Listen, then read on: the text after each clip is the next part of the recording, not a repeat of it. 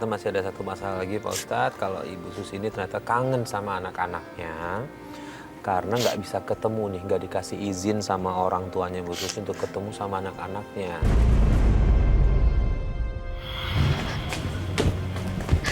Assalamualaikum. Bu, Pak. Assalamualaikum. Waalaikumsalam. Ngapain kamu kesini? Ibu kan sudah bilang sama kamu, kamu itu nggak perlu kesini, nggak perlu ganggu anak kamu. Ngapain ngelibatin anak kamu dengan masalah kamu, hah? Bu, saya kangen Bu sama anak-anak. Alasan aja kangen-kangen, nggak usah. Dimas, Denny, ini Ibu nak. Dimas, Dimas ini sayang. Denny, Udah. Ibu. Saya kangen Bu sama mereka. Alasan kamu. Ngapain kangen-kangen, urusan ini urusan kamu. Hei Susi, kenapa kamu? Pak, saya cuma kepengen ketemu sama anak-anak, Pak. Ah sudah, pergi sana. Pak, saya kangen sama anak-anak, Pak. Bapak tidak suka kamu ada di sini. Selama masalah kamu belum selesai, Bapak tidak mengizinkan untuk ketemu kedua anak kamu. Mengerti kamu itu? Tapi Pak, saya kangen Pak sama anak-anak saya. Bu, anak-anak bawa masuk. Pak, maafin saya, Pak. Udah, pergi sana. Pergi, urus suami kamunya. Pak.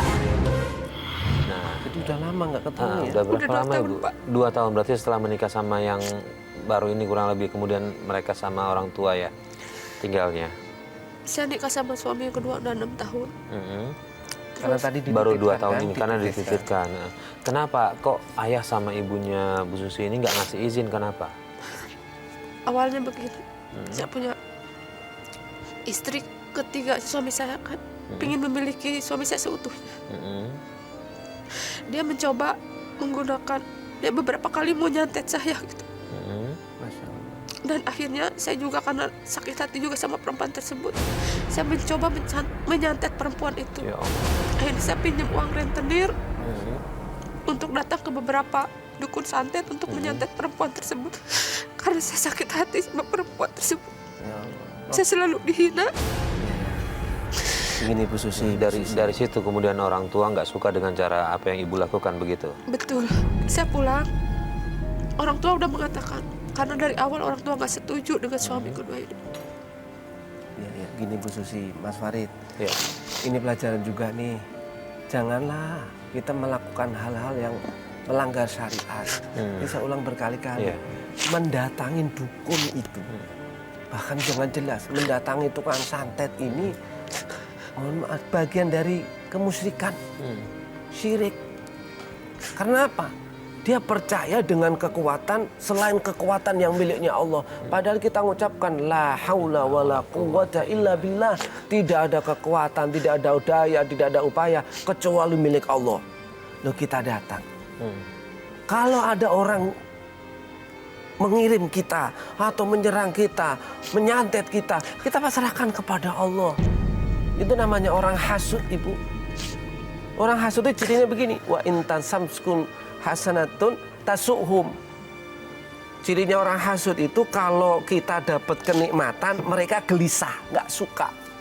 Wa in tusibhum sayyi'atun yafrahu biha. Kalau kita dapat musibah, mereka tepuk tangan. Nah, itu orang hasud. Hasud itu termasuk dosa besar. Cara menghilangkan hasud itu, Bu, wa in tasbiru wa tattaqu. Jadi kalau kita sabar, takut kepada Allah, itu nggak akan ada pengaruhnya. Sihir mereka, santet mereka, kalau kita sabar ataupun takwa kepada Allah, nggak ada. Ini orang hasud. Baca, Bu, surat Al-Falaq. Habis sholat fardu, minimal Al-Ikhlas sekali, Qul huwallahu ahad sekali, Qul a'udzu birabbil falaq sekali, Qul a'udzu birabbin nas sekali. Setiap habis sholat. Sudahlah, Ibu kemarin sudah datang, mohon maaf melakukan kesalahan, sekarang tobat, Bu. Jangan lagi. Bayangkan coba ini ciri-cirinya, pemirsa. Ini mau datang ke dukun dengan caranya apa? Hutang rentenir. Pada rentenir itu haram. Riba. Riba itu dosa besar.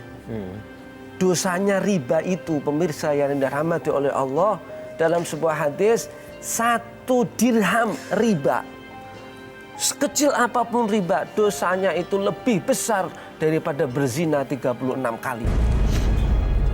Ini riba nih, rentenir, tukang rentenir, pinjemnya 10.000, pinjamnya 1 juta, baliknya 1,5 juta. Lebih parah lagi, selama belum lunas, pokoknya terus nambah. Ini harus diperangi. Gara-gara ini orang jadi susah, melarat semua. Sudah orang susah, kena riba, melakukan kemaksiatan. Yang ini perlu diselesaikan.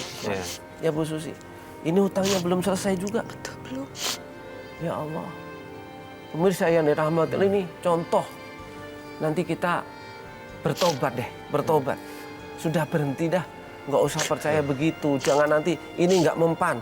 Menganggap kalah dengan sana. Enggak. Coba lagi cari yang Hanya lainnya. Allah yang paling kuasa, hanya Allah.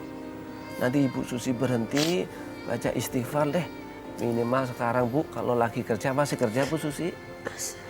Itu sambil kerja, kalau lagi jangan bengong Bu. Baca istighfar, astagfirullah, astagfirullah. Terus baca, tobat. Kemudian tinggalkan deh. Tinggalkan apa itu tadi? Orang datengin, dah berhenti-berhenti. Dan langkah ketiganya yaitu datanglah ke polisi, laporin nih. Iya. Ini orang nggak bertanggung jawab. Itu Bu Susi, Mas Farid. Iya, baik Pak Ustadz, terima kasih atas semua masukannya, nasihatnya. Bu Susi, saya mohon maaf, waktu kita terbatas, nanti kita bisa ngobrol-ngobrol lagi. Tapi apa yang tadi Pak Ustadz sampaikan, saya berharap Ibu Susi segera amalkan. Ya, Karena insya Allah semua masalah Bu Susi hilang pelan-pelan. insya Allah. Hingga Bu Susi tetap terus kembali ke jalan Allah, itu yang paling penting. Ya, Baik, terima kasih Bu Susi sudah bercerita sama tim Tawakal. Terima kasih Pak Ustadz atas semua nasihatnya.